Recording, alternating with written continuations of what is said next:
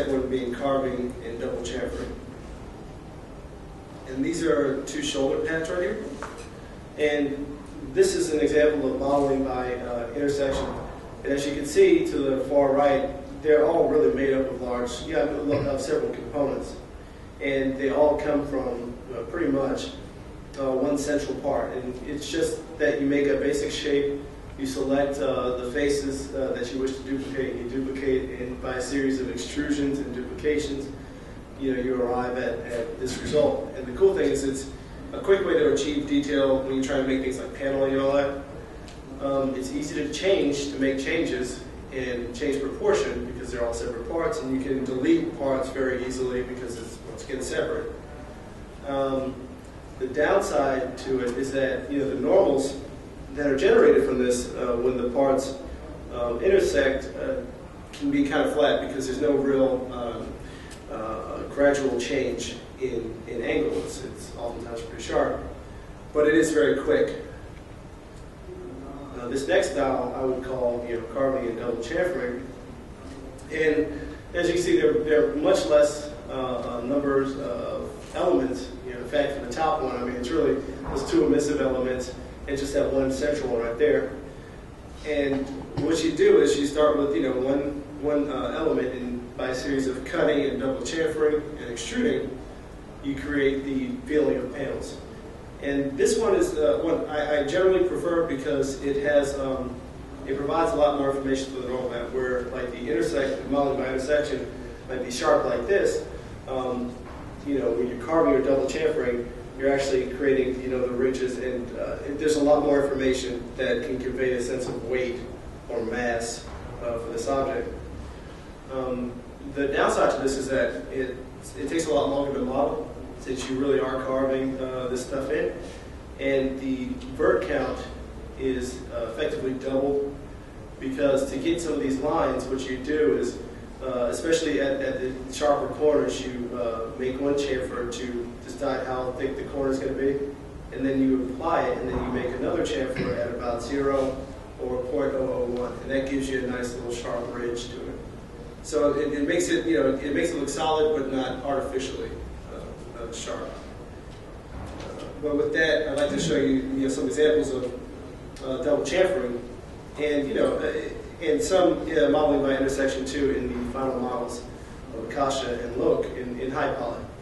And this is Akasha here. She's 9 million polygons. This is rendered in V-Ray. Some close-ups. I generally prefer carving and double chamfering when I can, when time affords it, because just the look that it provides. And here is Lok here. He's about 30 million polygons. It's a little more dense.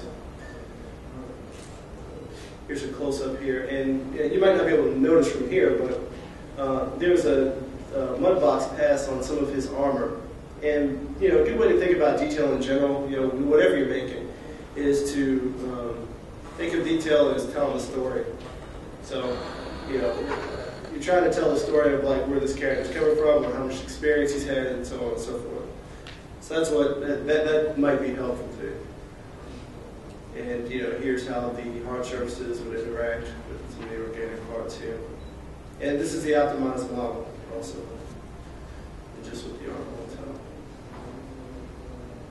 So with that out of the way, we're ready to move on to low poly modeling. And then we visit our rough proportion model and just optimize it. Take the parts we don't need anymore, but try to keep some of the things that were that made the original sketch and the original rough proportion model interesting, like pipes and the spaces in between that create negative space. And that brings us to unwrapping processing, which is probably the least exciting part of the pipeline, to be honest, but very important. We'll go over deep UV and ripple detection. Just to remind, we're going to try to maximize our resolution by reusing some parts, like emissive parts and pipes, on both of these characters. Now, for Unreal Tournament 3, we kind of took a kind of broader feature that you see in MMORPGs, which is the ability to customize your character. But what that does is it forces us to, unwrap things very specifically according to the part, that is it's assigned to. So we have, torso, boot, thigh, so on and so forth. And sometimes we have to mirror objects too to get the proper resolution. So to elaborate on that further, we're going to focus on one chunk in our processing pipeline. But before we do that, right hemisphere has a really good tool for relaxing UVs. It's called DPV, and what it does is, we only use it for one feature, that being relax. After we've grabbed our parts that we need in our chunks and we've quickly planar mapped, our character, we bring it to DPV, relax it, and bring it right back out. You can also use unwrap UVW if you like, and that will flatten it pretty well too. But DPV is really good if you have the opportunity to use it as well. So we're going to mirror this torso to retain our resolution, and we're going to apply the symmetry modifier to it.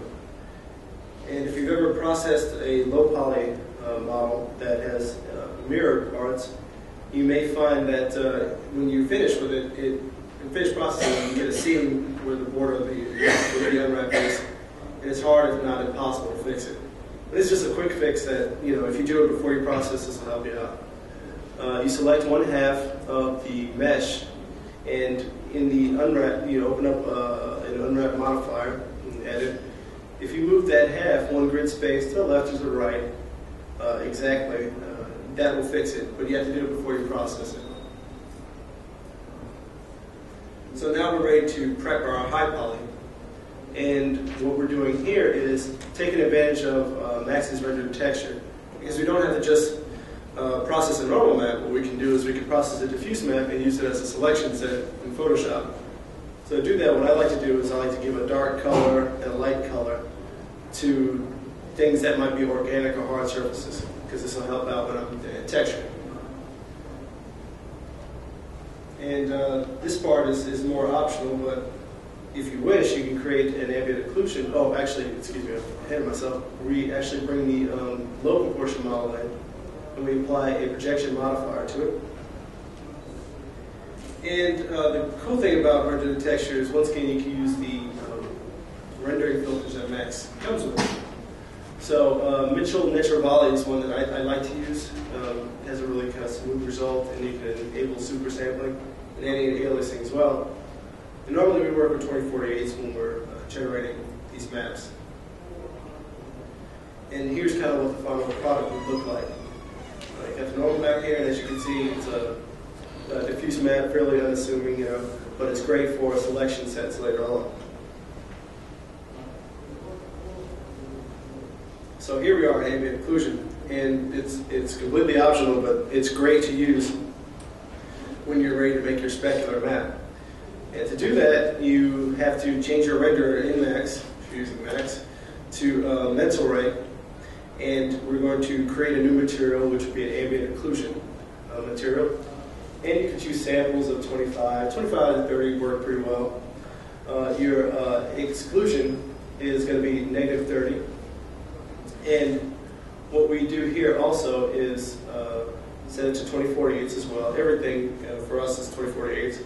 And self-illumination to 100. And apply that to the high poly mesh. And for the low poly, what we do is we select it, go to object properties, and in the object ID we change that to 30. And in rendering the texture, we set the shadows to on, and this is our result here, the ambient occlusion.